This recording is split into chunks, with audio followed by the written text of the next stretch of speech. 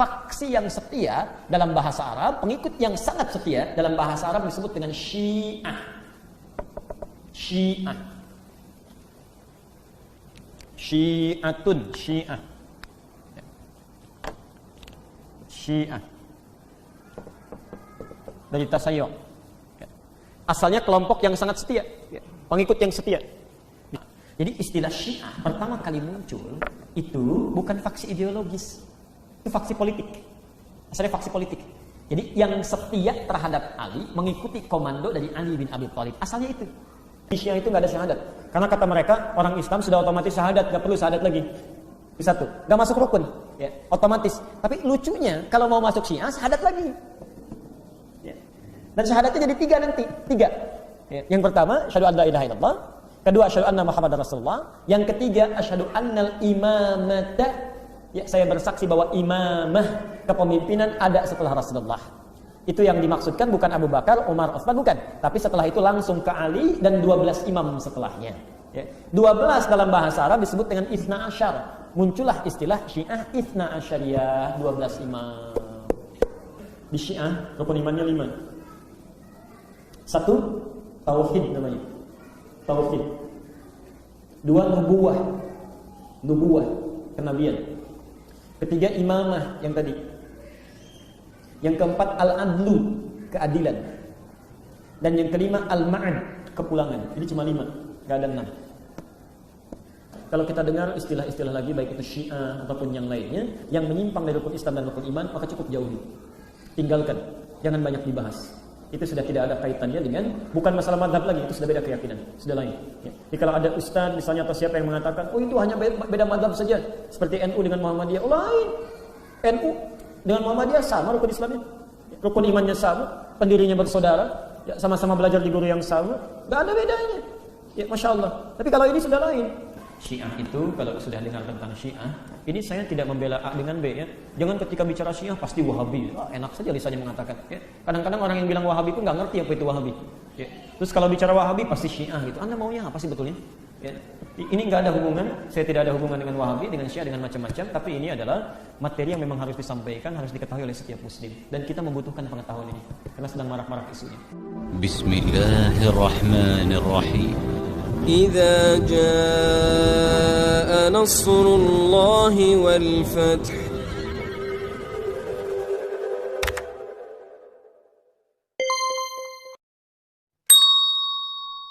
Saking pentingnya Abu Bakar ini, Nabi SAW mengistimewakannya, melarang untuk mencela mereka, sampai saya tutup tentang Abu Bakar.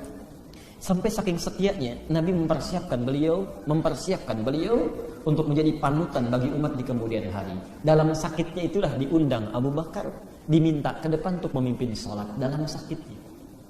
Kalaulah Rasulullah menganggap ada yang paling mulia sahabat, tentu akan didahulukan yang lain.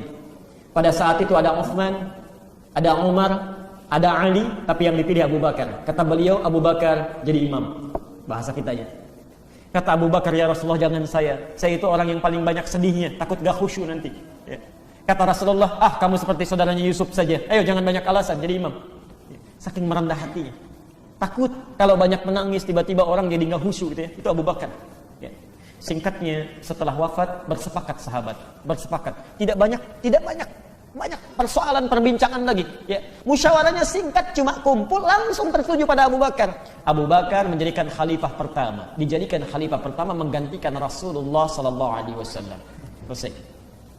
Ini sekaligus kisah ini membantah secara nyata dari sisi sejarah orang-orang yang mengatakan bahwa, mohon maaf, sahabat-sahabat Nabi khususnya Abu Bakar itu merampas kekhalifahan dari Ali.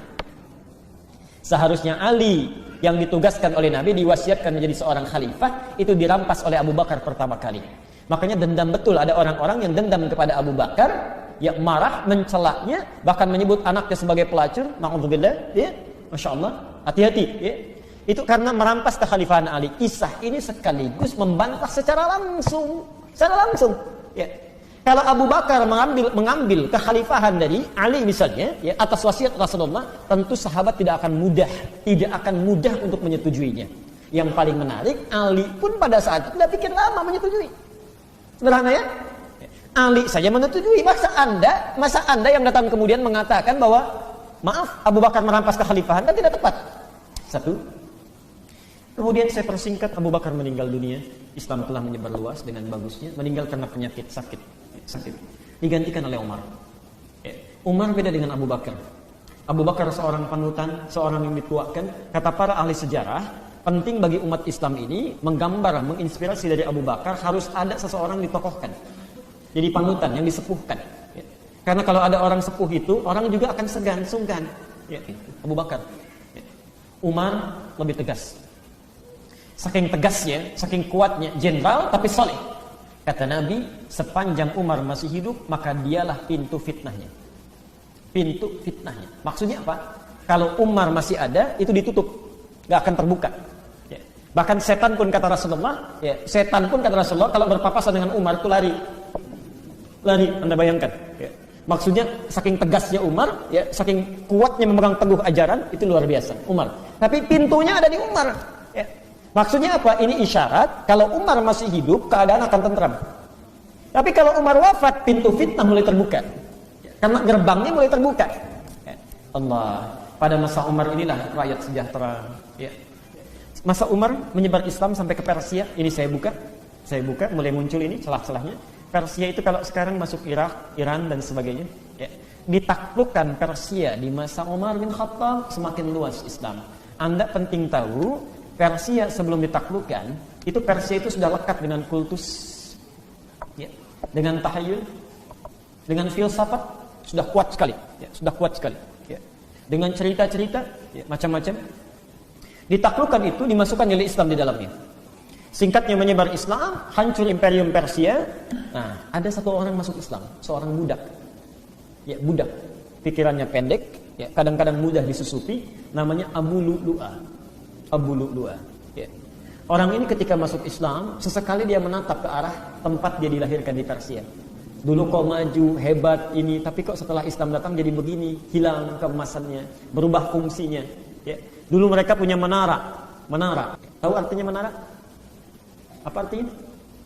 Menara? Nah, kalau tidak tahu katakan, wallahu a'lam. Apa artinya menara? Kok antum bisa bikin itu?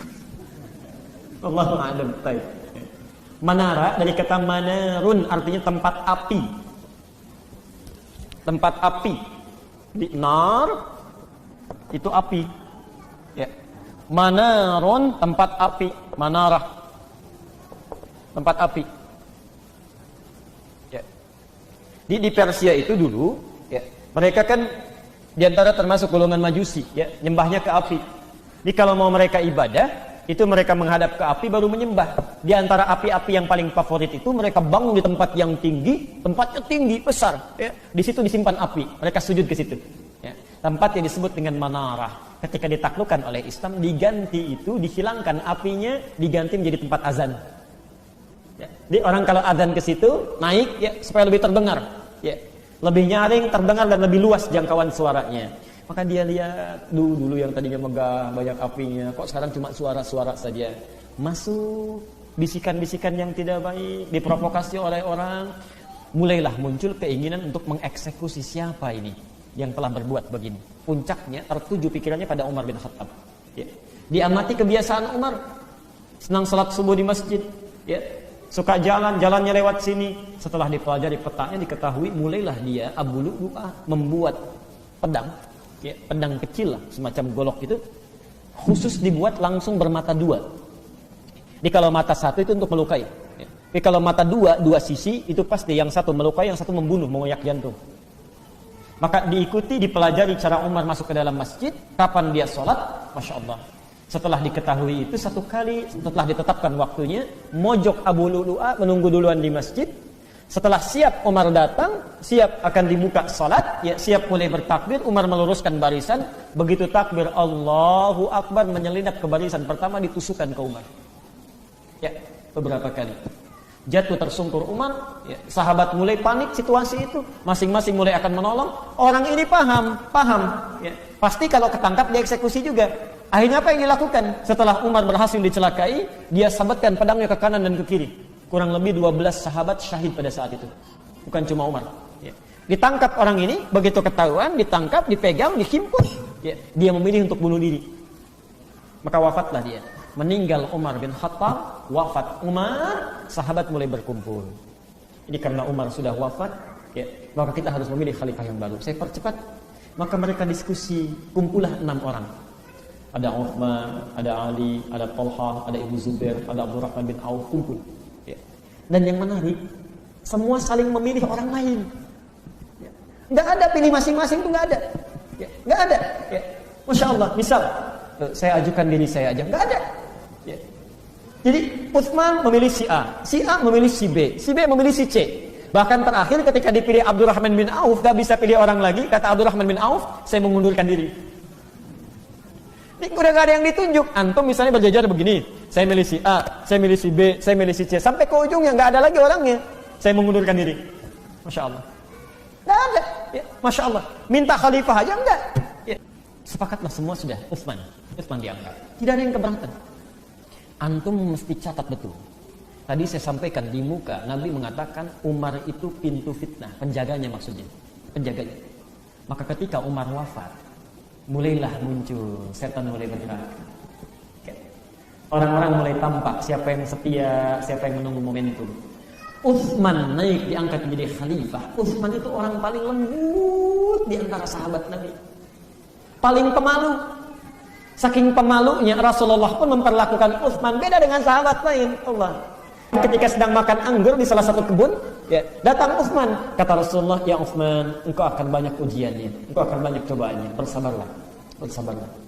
Allah. Singkatnya Utsman naik, fitnah pertama yang muncul adalah masuk Islamnya seorang tokoh Yahudi namanya Abdullah bin Sabah. Abdullah bin Sabah. Ini orang Yahudi, bukan Yahudi biasa, tapi tokoh Yahudi, Rabi. Masuk Islam dia. Mengatakan asyhadu an la ilaha illallah, di lisannya asyhadu anna Muhammadar Rasulullah. Abdullah bin Sabah. Tentang Abdullah bin Sabah ini jangankan referensi dari kitab Sunni, dari kitab Syiah pun ada. Dari kitab Syiah pun ada. Ini saya bawa bukunya, bisa dibacakan nanti, simpan. Kalau mau kopi nanti insya Allah saya izinkan ini karena dapatnya agak susah. Agak susah, ini agak langka kitabnya, agak langka. Dan ini yang paling kontemporer, paling kontemporer. Ini yang bagus, bukan hanya seputar isinya membahas tentang Syiah, tapi semua tanya jawab persoalan-persoalan seputar Syiah dibahas. Ya. Pelan-pelan.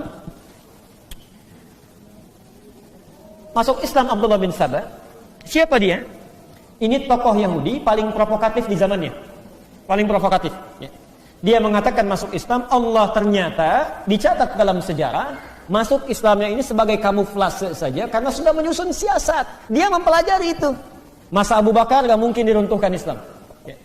Ini orang ini punya sifat dendam karena dulu Yahudi diusir oleh Rasulullah atas perintah wahyu dari Madinah. Ya. Dari Madinah dikeluarkan sampai dari Khaybar dikeluarkan karena bukan karena diusir, bukan karena turun wahyu saja, bukan. Karena memang penyakit.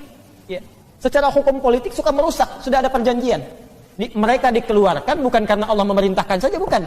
Karena memang mereka berperilaku untuk minta dikeluarkan. Ada anak masuk sekolah. Aturan di sekolah mengatakan, siapa yang merokok akan dikeluarkan dari sekolah. Ya.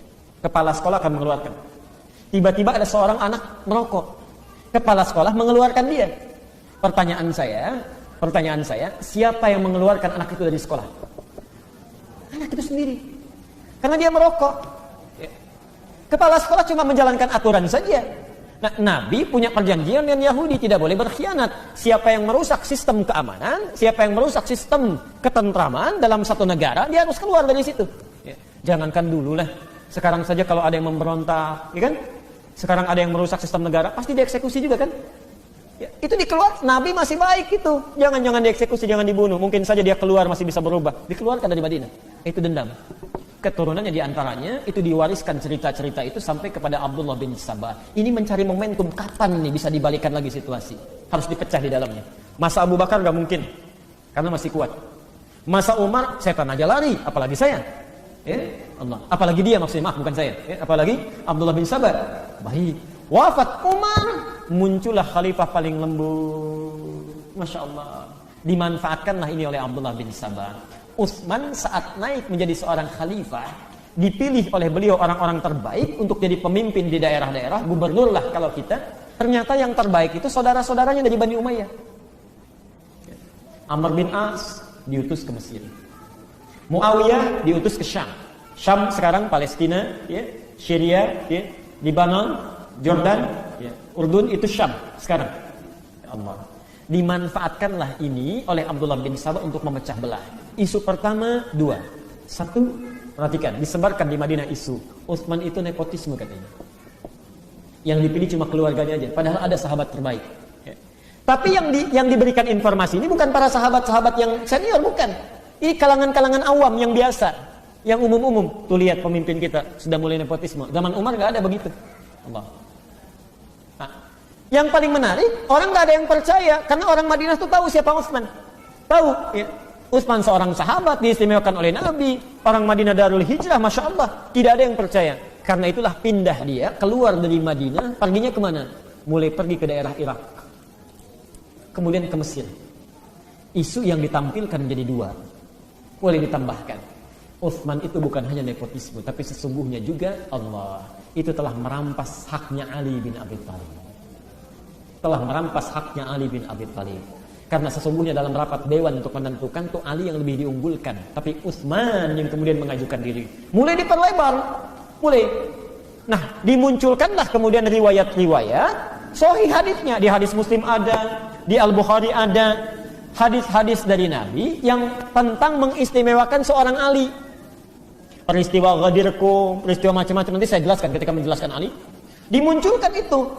Yang jadi masalah, mohon maaf, banyak orang-orang yang awam sekalipun hafal Quran, tapi awam ilmunya, karena dia jauh dari pusat Islam, seakan-akan menyimpulkan benar nih perkataannya. Benar. Allah. Maka mulailah muncul orang tidak percaya, mulai dari Mesir, tidak percaya pada Utsman. Bergerombol dari Irak, dia berhasil itu. Dia berhasil. Apa yang terjadi? Abdullah bin Sabah berhasil menyusun kekuatan, ya, memunculkan orang-orang, dibuat fanatik terhadap Ali, sehingga dia merasa lebih mudah kalau Utsman diadu dombakan dengan Ali, wafat dua-duanya, lebih mudah memecah belah orang Islam. Ya. Caranya apa? Maka dimunculkan orang-orang yang fanatik kepada Ali, dimunculkan isu, yang kedua dimunculkan isu nepotisme.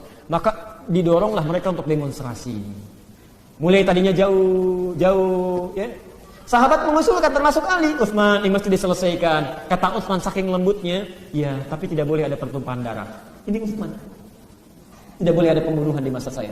Walaupun saya mesti wafat lebih dulu. Allah.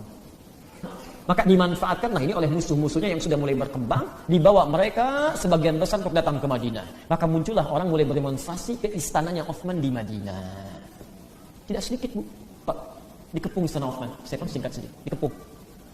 Ali saking sayangnya dengan Utsman, itu mengutus dua anaknya langsung, Hasan dan Husain. Diutus. Kata Ali, jaga pintu rumah Utsman. Jaga. Jaga. Karena kalau Ali yang berangkat, nanti tuduhan semakin runcing. Oh benar, ini fanatik terhadap Ali. Karena Ali sedang diagung-agungkan. Orang akan fitnah semakin menyebar luas. Ali tahu itu. Maka diutus dua anaknya jaga Utsman. Ali mengerjakan yang lain. Allah, saya persingkat, mohon maaf ya. Ini kisahnya agak sebetulnya tidak nyaman untuk disampaikan. 3 orang memanfaatkan situasi sedang ramai-ramainya. Kalau kita demo di luar ramai, 3 orang, ini qadar Allah dengan izin Allah, itu naik berputar ke satu tembok. Dia lompati istana Utsman, satu bawa pedang, kedua bawa besi, yang ketiga sudah bersiap dengan tangannya. Nah, dalam situasi dia saat naik, ada seorang, Anda kalau punya rezeki, coba beli buku tentang sahabat-sahabat Nabi, karya Syekh As-Sallabi. As-Sallabi. Ini kitab yang paling bagus ya, As-Sallabi. Beliau itu seorang sejarawan, sekarang nomor 1 di dunia, yang paling dikagumi, dan tulisannya sangat objektif, ya, argumentasinya sangat kuat, dalilnya kuat. Jadi dari sisi manapun susah digoyahkan. Itu As-Sallabi. Itu orang Libya. Orang Libya tinggal di Qatar, ya, dan mengajar di Qatar. Sekarang masih hidup Syekh Sallabi. Kalau dalam bahasa Indonesia sudah diterjemahkan, penerbitnya Pustaka Al-Kautsar. Pustaka Al-Kautsar. Saat itu Utsman sedang tertidur, ya. Kemudian minta kepada ajudannya, pembantunya, supaya tidak dibangunkan kecuali pada masa sekian ingin baca Quran. Ya. Ketika tiba waktunya dibangunkan, Utsman bertanya, kenapa kau bangunkan saya? Kata pembantunya, kan Anda yang minta. Kata Utsman, sungguh barusan saya bermimpi bertemu dengan Abu Bakar dan Umar. Mereka katakan jangan dulu buka, nanti bukanya sama-sama dengan kami, dengan Rasulullah SAW. Lalu baca Quranlah beliau. Saat sedang baca Quran itulah 3 orang tadi naik langsung mendobrak keadaan pintu kamarnya Uthman. Yang satu yang tidak bawa apa-apa itu langsung menarik Uthman. Saya persingkat, yang bawa pedang langsung menusuknya, yang bawa besi tadi menusuk Uthman dari tenggorokan langsung ke atas. Ya. Wafat Uthman. Ya, bahkan ada riwayat lain menyebutkan sampai disembelih, sampai dieksekusi. Orang panik. Tersebar berita. Orang ini lari, tidak diketahui siapa. Dia pergi, lari meninggalkan tempatnya Uthman. Ya. Qadar Allah tersebar berita. Khalifah telah wafat. Menyebar berita itu yang pertama kali membuncah kemarahannya itu Ali bin Abi Thalib. Ya. Kalau secara nalar politik logika tentu akan senang. Ya. Akan senang kalau menurut tuduhan sementara orang Ali ingin merampas kekhalifahan Utsman. Akan senang. Logikanya demikian. Tapi ini marah luar biasa, ini menunjukkan Ali paham bahwa khalifah yang sah itu Utsman. Ya, nggak boleh kita makar dan sebagainya. Apa yang terjadi? Itu langsung Ali menuju pada lokasi. Pertama kali dilakukan itu, menampar Hasan menendang Husain. Hasan ditampar, Husain ditendang sampai terjerembab itu keduanya. Kenapa kalian nggak jaga khalifah, kata Ali. Allah, Utsman meninggal. Singkatnya saat Utsman wafat, Allah ingin dicari siapa pelakunya. Tapi setelah masa demikian, tidak mungkin itu bisa berlangsung kecuali ada pemimpin baru diangkat. Maka rapatlah para sahabat, secara singkat diputuskanlah Ali untuk menggantikan. Abdullah bin Sabah ini paham ini. Ya. Kalau seketika ini dicari-cari, pasti ketemu juga beliau. Akhirnya apa? Merapatlah Abdullah bin Sabah kepada safnya Ali. Diangkat sanjung-sanjung khalifah. Oh, Masya Allah, ini khalifah katanya kan harus kita angkat, harus macam-macam. Dibawa orang untuk setia kepada Ali. Ya. Saat yang bersamaan ketika mulai diangkat, itu kan tadi saya sampaikan demonstrasi di mana-mana. Kekacauan mulai muncul. Ada yang di Mesir, ada yang di Irak, ada yang di mana-mana. Nah, Ali menginginkan membereskan dulu situasi. Tenangkan ini, redakan ini, baru kemudian kita cari siapa pembunuh Utsman. Selesaikan. Nah, keluarganya Utsman menginginkan Utsman dulu yang diselesaikan. Siapa pembunuhnya cari. Ya. Ali berpikiran kalau konsentrasi ke sana, nanti negara nggak akan stabil. Kebanyakan orang akan ramai ini. Maka terjadilah peristiwa. Muawiyah, kerabatnya Utsman, itu menunda baiatnya kepada Ali. Ali, saya akan berbaiat kepada engkau kalau sekiranya pembunuh Utsman sudah engkau temukan. Ya. Tapi saya mengakui engkau khalifah, cuma belum berbaiat saja. Tunggu dulu sampai itu selesai. Ya. Ali berpandangan, kamu baiat saja dulu, nanti kita selesaikan sama-sama. Kata Muawiyah tidak, karena nanti akan muncul banyak fitnah. Fitnah di keluarga, fitnah macam-macam. Disinilah kemudian Abdullah bin Sabah masuk lagi. Ketika Ali mengutus utusan kepada Muawiyah, Abdullah bin Sabah bermain. Sampai kepada Muawiyah disampaikan, Ali sebetulnya sudah merencanakan untuk peperangan. Baik ya. Bagi siapapun yang tidak mengikuti berbaiat kepadanya. Ya. Begitu dengar informasi akan menyiapkan pasukan dari sisi Ali, apa yang terjadi? Muawiyah langsung naik ke atas mimbar menyampaikan, hadirin, kata Muawiyah, di wilayah Syam ya, di Damaskus. Itu Damaskus termasuk kuat pada saat itu. Ali sudah menyiapkan pasukan karena kita belum berbaiat kepadanya. Menurut kalian apa yang harus saya lakukan? Maka rakyat di situ mengatakan, ya, kami sami'na wa ata'na, terserah Anda saja. Kalau Ali memang menyerang, maka kita pun harus mempersiapkan. Kita bertahan. Bahasa Muawiyah bertahan, bukan nyerang. Bertahan. Tapi berita yang sampai dibawa lagi oleh Abdullah bin Sabah disusukan. Sampaikan pada Ali bahwa Muawiyah bin Abi Sufyan sudah menyiapkan pasukan. Menyiapkan pasukan dan diangkat dia sebagai khalifah di sana. Orang berbaiat kepadanya. Maka muncullah Ali bin Abi Thalib, berita itu sampai kepada beliau, naik lagi ke mimbar. Beliau sampaikan, ada berita menyampaikan, kalau zaman dulu kan nggak ada telepon ya, kan mudah ditelepon. Ya, ngapain kamu nyiapin pasukan? Ya, kan bisa begitu ya? Tidak. Allah. Ali naik ke atas mimbar mengatakan, Muawiyah sudah menyiapkan pasukan, apa yang harus kita lakukan? Rakyat yang mengatakan, sami'na wa ata'na, kami terserah Anda. Nyiapkan pasukan yang kita lawan. Maka kata Ali bin Abi Thalib, baik, kita pun menyiapkan pasukan. Disiapkanlah oleh Ali sekitar 100.000 pasukan, Muawiyah menyiapkan 10.000 pasukan. Bertemulah di Siffin itu. Allah. Saya persingkat. Dalam peperangan itu jelas sudah ketahuan 100.000 lawan 10.000, mana yang menang? Oh, belum tentu. Oh, Nabi aja baru bawa 300 pasukan lawan 10.000, Nabi yang menang 300. Baik. 100.000 lawan 10.000, mana yang menang? Wallahu a'lam, itu yang paling bagus. Baik. Dimulai pertempuran, tidak sedikit yang wafat. Ya, saya tidak perlu sebutkan karena jumlahnya cukup banyak, Masya Allah. Mereka syahid di jalan Allah. Yang paling menarik begini, saat mulai terdesak pasukannya Muawiyah, maka Amr bin As Ini politikus yang sangat ulung, diplomat yang sangat luar biasa, cerdas orangnya, ya paling cerdik, itu mengusulkan pada Muawiyah, kita sudah terdesak. Kalau kita teruskan, itu berbahaya, bisa banyak yang wafat. Sudah, tusuk saja Quran, tusuk begini. Angkat dengan tombak ke atas. Dalam bahasa fikih disebut dengan tahkim. Tahkim itu artinya meminta damai, putuskan sama Quran saja, jangan kita yang berdebat. Sudah, putuskan sama Quran, daripada korban banyak. Ya. Ternyata ketika itu diangkat, tahkim, ya, kata Ali, ini pasti kerjaan Amr bin As ini. Ya, tidak, teruskan dulu saja sampai mereka menyerah. Ya, tapi jangan bunuh mereka, ya, cukup lukai saja. Lukai dalam arti hilangkan ya kekuatannya. Sudah, ya. Desak mereka, desak mereka. Nah, ini yang jadi masalah. Saat Ali mengatakan teruskan, desak mereka, tapi jangan bunuh. Sementara pengikut Ali mengatakan, nggak benar itu, salah, salah. Bisa menyalahkan orang yang paling berilmu. Hati-hati ini. Orang rajin tahajud, rajin sholat, rajin baca Quran, rajin puasa, tapi nggak tahu ilmu, wawasan nggak ada. Ya. Langsung menyimpulkan, nggak benar itu, salah, kamu salah. Ya. Harusnya kalau tahkim kita jangan berperang. Ya. Maka orang ini langsung menyalahkan Ali, mufti di zamannya, sahabat Rasulullah yang terpercaya, orang yang paling dikagumi oleh Nabi. Apa yang terjadi? Masya Allah, Bapak Ibu sekalian, mohon maaf, mereka kemudian keluar dari barisan Ali. Keluar dalam bahasa Arab disebut kharaja. Kharaja, ra dengan jim. Kharaja. Kharaja, keluar dari barisan Ali. Orangnya disebut dengan kharijun. Kalau banyakkan, tidak sedikit, maka dijamakkan menjadi khawarij. Khawarij. Maka Bapak Ibu dengar istilah khawarij. Khawarij itu orang-orang itu pertama kali adalah istilah bagi orang-orang yang keluar dari barisan Ali. Tapi yang paling menarik, mereka keluarnya bukan sekedar keluar, sambil mengambil kesimpulan bahwa Ali itu salah, Ali itu kafir. Salah kamu, gak boleh kayak gitu katanya. Nah, itu sudah dalam prediksi Nabi jauh sebelumnya. Kata Rasulullah, akan muncul di satu masa orang yang malamnya dihidupkan dengan sholat, siangnya dengan puasa. Hati-hati, hati-hati. Tapi dia sebab dari semua permasalahan. Sebab dari semua permasalahan. Ini fitnah paling besar. Ini khawarij. Jadi saya ingatkan betul ya, ingatkan betul. Kalau kita tidak tahu tentang ilmu, jangan banyak memberikan fatwa. Kalaupun terbiasa kita sholat, baca Quran dan sebagainya, penting betul untuk menguasai ilmu pengetahuan. Karena supaya nggak masuk dalam kategori ini. Nanti saya ceritakan bagaimana jahatnya mereka ini. Keluar mereka ya, dari barisan Ali, jadi semakin berkurang. Nah, ada orang-orang yang mengatakan nggak boleh, kita mesti setia. Sepanjang pemimpin mengatakan demikian, kita ikuti, setia mereka.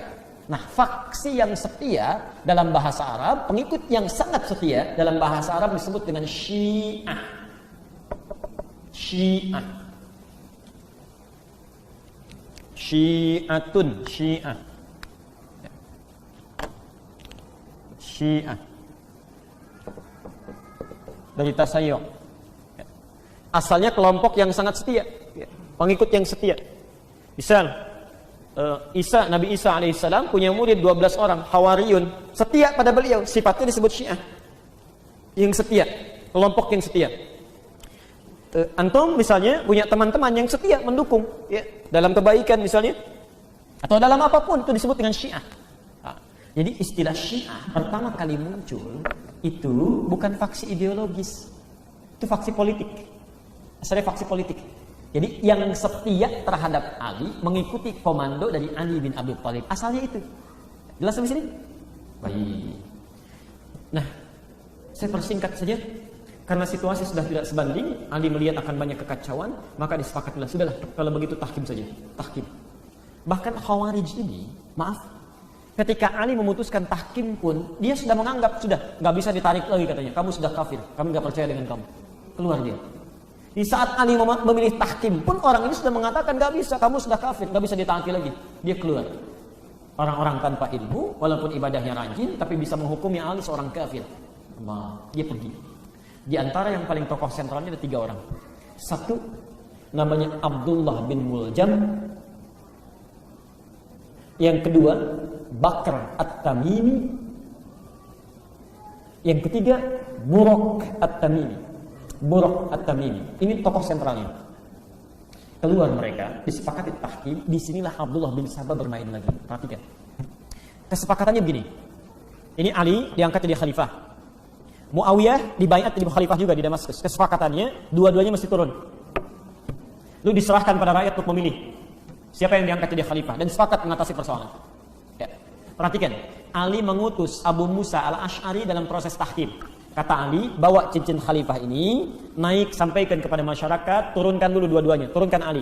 Ini diutus untuk menurunkan Ali. Muawiyah mengutus Amr bin As. Begitu Abu Musa al-Ash'ari naik ke atas mengatakan, saya dengan kesepakatan bersama menurunkan Ali dari khalifah. Selesai. Begitu selesai, ini Abdullah bin Sabah mulai bisik-bisik. Ali kan sudah diturunkan, angkat aja biar gampang Muawiyah jadi khalifah. Ali kan sudah turun, paling gampang angkat Muawiyah jadi khalifah.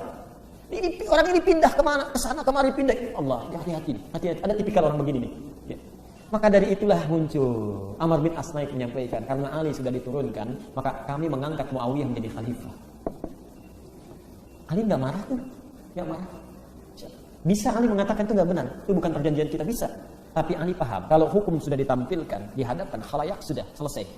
Sudah, kalau hukum sudah ditampilkan tidak boleh lagi berbeda. Ali tunduk itu, sudah. Dibuat kesepakatan. Yang penting rakyat tentram. Itulah keunggulan Ali, seorang anak muda yang disayang oleh Rasulullah SAW. Saking sayangnya, itulah orang yang diutus oleh Rasulullah, diutus langsung oleh Nabi ke rumahnya untuk menggantikan tempat tidur Nabi, Ali bin Abi Thalib. Bapak Ibu sekalian, waktu mau hijrah, banyak orang tidak tahu kisahnya. Tahunya rumah Nabi dikepung aja. Saking ketatnya pengepungan rumah Nabi, dalam riwayat disebutkan, kata para sejarawan, jangankan orang, binatang saja mau masuk itu sudah kena itu. Saking ketatnya. Nabi sudah siap-siap hijrah dengan Abu Bakar. Kata Rasulullah, Ali, bala ya Rasulullah, iya, gantikan tempat tidur saya. Tidur di tempat tidur saya. Maaf, yang diincar pada saat itu siapa? Nabi. Berarti tempat tidur itu memang tempat maut itu. Artinya pasti bertukar dengan kematian. Saking polosnya Ali, saking taatnya beliau, tidak banyak yang pikir, langsung mengatakan, iya, siap ya Rasulullah. Gak ada pikir-pikir dulu.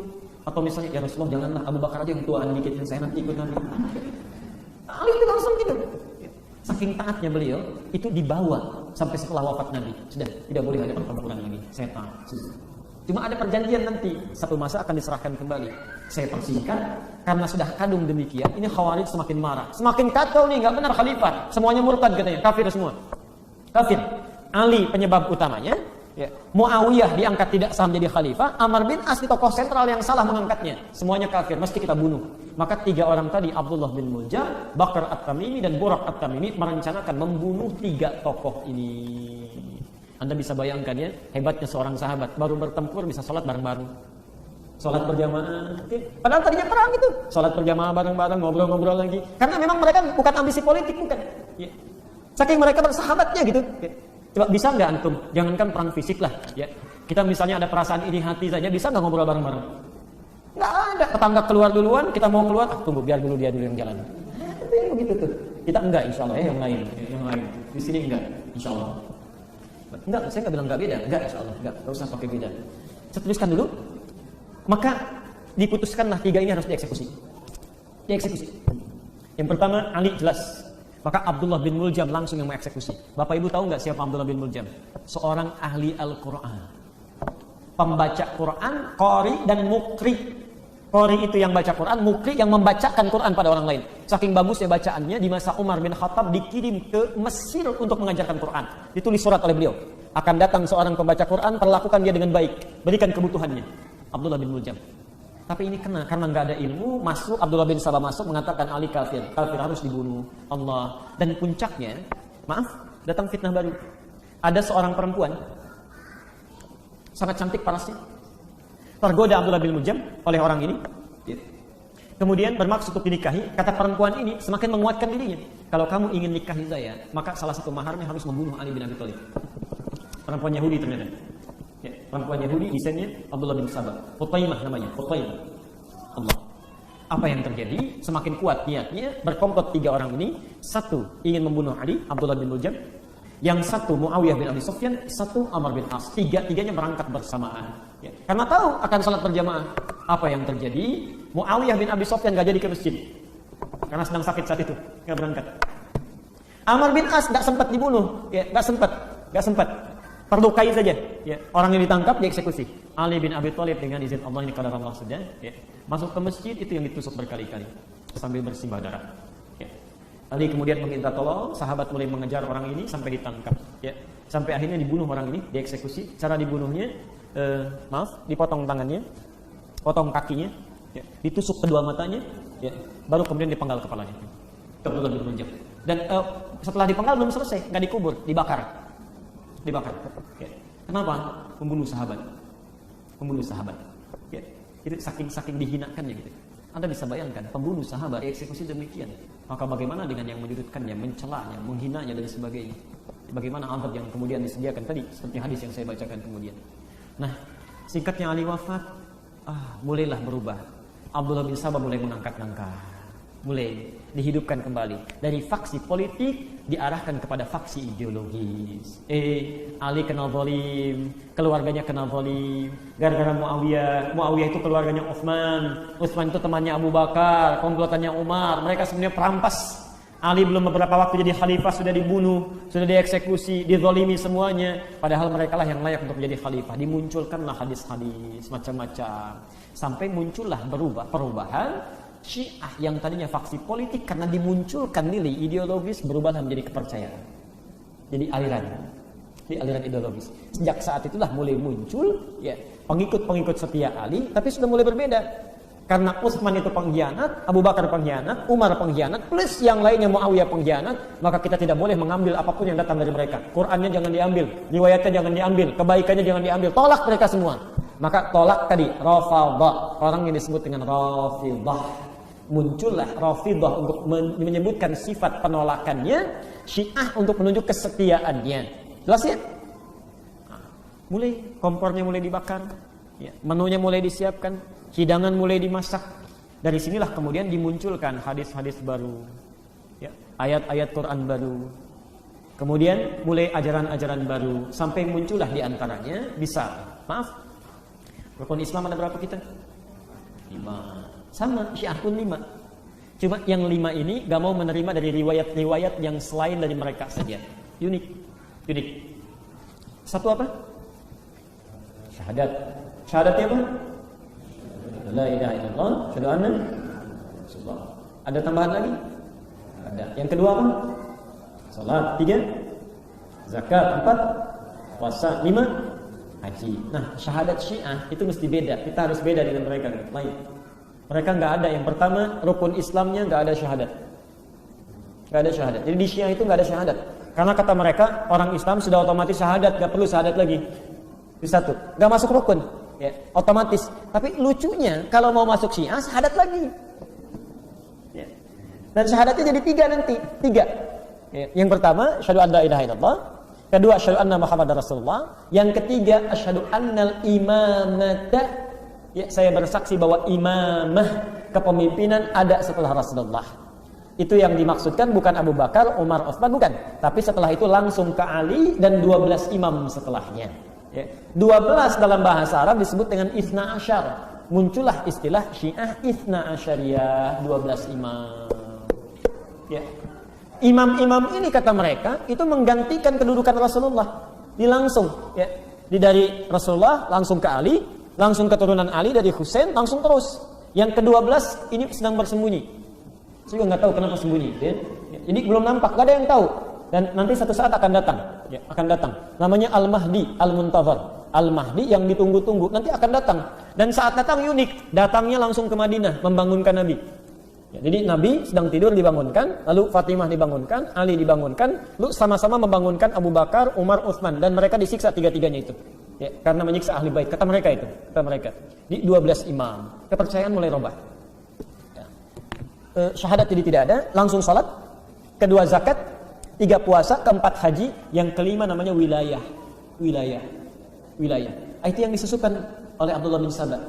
Ya, wilayah itu apa? Wilayah itu ketaatan kepada imam dalam 2 hal.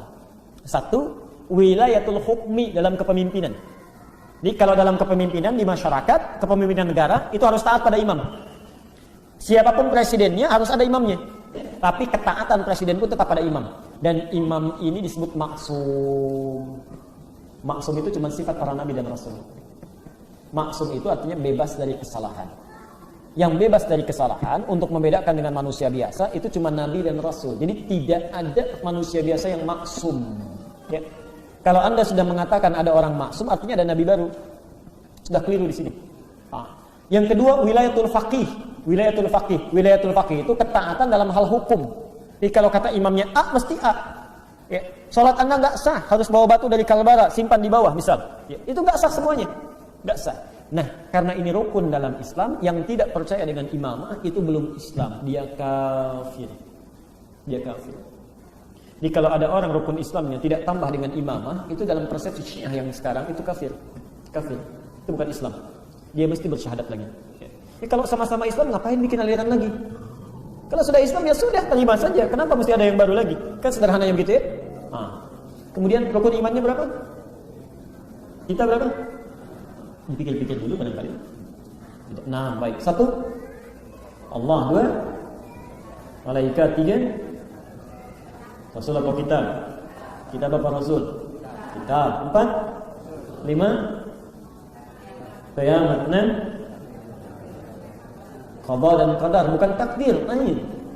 Qada dan qadar. Kalau takdir itu bukan masuk rukun iman. Beda antara takdir dengan qadar, itu lain waktu pembahasannya.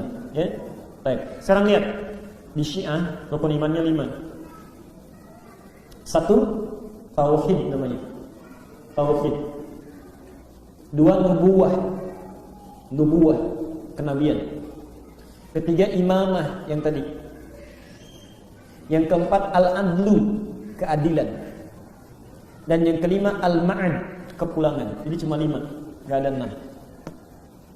Saya langsung buat aturan cepat saja, aturan cepat dalam kaidah akidah. Sederhana. Tidak perlu bicara alirannya, tidak perlu bicara madhabnya.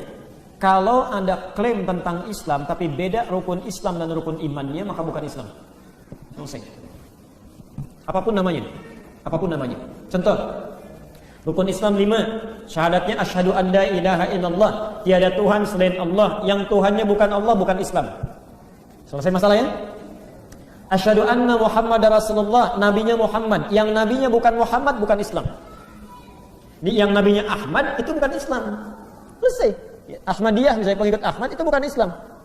Jadi kalau mereka mengatakan sudah bukan Islam saja, selesai masalah. Karena nabinya harus Muhammad. Apalagi hilang Allahnya, hilang Muhammadnya. Syahadatnya nggak ada. Ya, pasti bermasalah. Dan 5 tidak berkurang, tidak nambah. Sekarang kalau nambah 1 pasti bukan Islam. Karena cuma 5 saja. Rukun iman apalagi pasti 6. Kalau kurang 1 nambah 1 pasti bukan. Pasti bukan. Jadi di sini bisa disimpulkan, kalau ada orang-orang apapun namanya melanggar rukun Islam dan rukun iman, maka bahasa yang paling gampang itu pasti bukan Islam. Ya. Makanya Nabi tegas menyampaikan satu masa akan muncul orang-orang, ya kan, yang mencela sahabat-sahabat Nabi, menegaskan itu hukumannya luar biasa, lebih daripada orang musyrik, orang kafir. Orang kafir aja nggak begitu. Ya. Orang kafir aja nggak begitu. Baik. Jadi kalau sudah jelas uraian ini, cukup saya tegaskan dengan gamblang ya, bahwa mohon maaf tidak perlu pakai spanduk pun. Saya lihat ada spanduk di luar dan sebagainya, cukup ditebarkan. Kalau kita dengar istilah-istilah lagi baik itu Syiah ataupun yang lainnya yang menyimpang dari rukun Islam dan rukun iman, maka cukup jauhi. Tinggalkan, jangan banyak dibahas. Itu sudah tidak ada kaitannya dengan, bukan masalah madhab lagi, itu sudah beda keyakinan, sudah lain. Ya. Jadi kalau ada ustaz misalnya atau siapa yang mengatakan, oh itu hanya beda madhab saja, seperti NU dengan Muhammadiyah, oh lain. NU dengan Muhammadiyah sama rukun Islamnya, rukun imannya sama, pendirinya bersaudara, ya, sama-sama belajar di guru yang sama, nggak ada bedanya. Ya, Masya Allah. Tapi kalau ini sudah lain. Ya. Ayo, ini yang mesti saya sampaikan. Pernah dengar hadis tentang Ghadir Qum? Ghadir Qum itu yang sering diangkat-angkat ya, dan ada perayaannya. Itu perayaan sering dipelesetkan. 10 Muharram, yaitu peringatan wafatnya Husain. Nabi berkabung. Sebelum Husain dilahirkan 10 Muharram sudah ada. Itu peringatan Yahudi sebagai syukur Nabi Musa dibebaskan dari Fir'aun. Jauh sebelum Husain lahir. Kok bisa Anda kaitkan dengan peringatan bersedihnya, berkabungnya atas wafatnya Husain? Sebelum Husain lahir sudah ada 10 Muharram itu. Ya. Yang paling menarik gini. Ghadir Qum sering dipelesetkan sebagai hadis ketetapan dari Rasulullah untuk mengangkat Ali sebagai khalifah. Itu kesalahannya fatal sekali. Salahnya fatal. Ghadir Qum itu peristiwa yang berlangsung di perbatasan Mekah dengan Madinah. untuk menunjukkan kecintaan Rasulullah kepada Ali, sahabat Nabi. Dan bahasanya sama persis yang disampaikan pada Abu Bakar, termasuk Umar dan Utsman. Jadi kisahnya dengan singkat, sebelum Nabi menunaikan haji wada, Ali diutus ke Yaman untuk berdakwah, menyampaikan risalah, seperti Mu'adz diutus. Nyampe di sana, ada isu yang tidak enak tentang Ali, disebarkan, digosipkan Ali oleh sementara orang Yaman. Tidak semuanya. Sampai itu ke telinga Rasulullah. Karena itu setelah haji wada, ya, di perbatasan antara Makkah dengan Madinah, digandeng Ali, dibawa, diumumkan pada masyarakat. Perhatikan, man kuntu maulahu fa'aliyun maulah. Ya.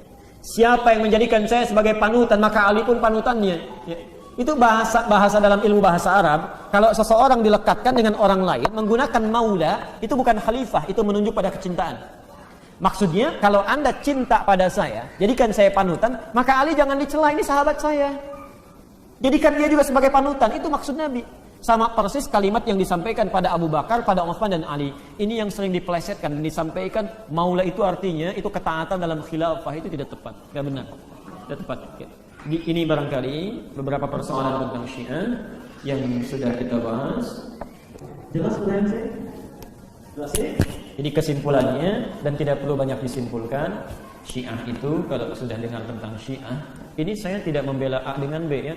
Jangan ketika bicara Syiah pasti Wahabi. Enak saja lisannya mengatakan. Ya. Kadang-kadang orang yang bilang Wahabi pun nggak ngerti apa itu Wahabi. Ya. Terus kalau bicara Wahabi pasti Syiah gitu. Anda maunya apa sih betulnya? Ya. Ini nggak ada hubungan. Saya tidak ada hubungan dengan Wahabi, dengan Syiah, dengan macam-macam. Tapi ini adalah materi yang memang harus disampaikan, harus diketahui oleh setiap Muslim. Dan kita membutuhkan pengetahuan ini karena sedang marak-marak isunya. Ya. Di kesimpulannya, An-Nisa ayat 140 itu kesimpulan terbaiknya dari Quran.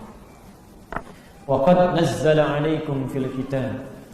Sungguh tetap ketentuan dalam Al-Qur'an. An idza sami'tum ayatillahi yukfaru biha wa yustahza'u biha. Kalau Anda mendengar ayat-ayat Allah diingkari. Ya, rukun Islam ada 5 diingkari. Iman ada 6 diingkari. Wa yustahza'u biha atau mengolok-olok. Hati-hati ya, ada orang mengolok-olok nilai-nilai Islam. Ya, mengolok-olok apapun itu. Tentang pakaian, tentang hijab, tentang janggut, tentang macam-macam, maka aturannya, perhatikan. Fala taq'udu ma'ahum. Jangan duduk bergaul bersanding dengan mereka. Tulisannya jangan dibaca, acaranya jangan ditonton, ya. Mohon maaf, sudah tinggalkan aja, tinggalkan. Hatta yakhudu fi haditsin ghairihi, sampai mereka bertobat dan pindah pada perkataan yang lebih baik lagi. Innakum idzam misluhum, kalau Anda banyak bahas tentang itu, sharing status, dibahas-bahas, jadi penasaran, ujung-ujungnya kata Quran bisa seperti mereka itu. Jadi sudah, kalau sudah jelas menyimpang, jangan banyak dibahas, jangan banyak didiskusikan, sudah ketahui itu adalah hal yang menyimpang, tinggalkan sampai hilang isunya seketika. Tinggalin aja, selesai. Ya. Kita itu tadi sekali lagi, itu kadang-kadang jadi umat kagetan gitu, kaget sebar, sampaikan, bikin status. Kadang-kadang yang nggak penting dibahas juga. Cuaca mendung bikin status, hari ini mendung. Emang kenapa? Mendungnya mendung, ya hujannya turun, selesai masalah. Ya? Baik, sudah ya. Ayo kita jadi umat yang baik, ya. Dan tidak berargumen dengan sesuatu kecuali yang penting, ya. Dan kuat dari segi landasan dalilnya. Maaf sekali lagi, jelas pertanyaan saya? Nah, kalau jelas berarti nggak boleh ada pertanyaan, ya. Nggak usah nanya, karena itu hukum Qurannya. Quran surah Al-Maidah surah kelima ayat yang ke-101. Ya ayyuhalladzina amanu, hei orang-orang yang merasa punya iman, la tas'alu an asya'a in tubdalakum tasukum. Kalau masalah sudah jelas diterangkan, jangan banyak dipertanyakan. Khawatir yang sudah jelas itu karena banyak ditanyakan menjadi semakin tidak jelas. Ya, baik.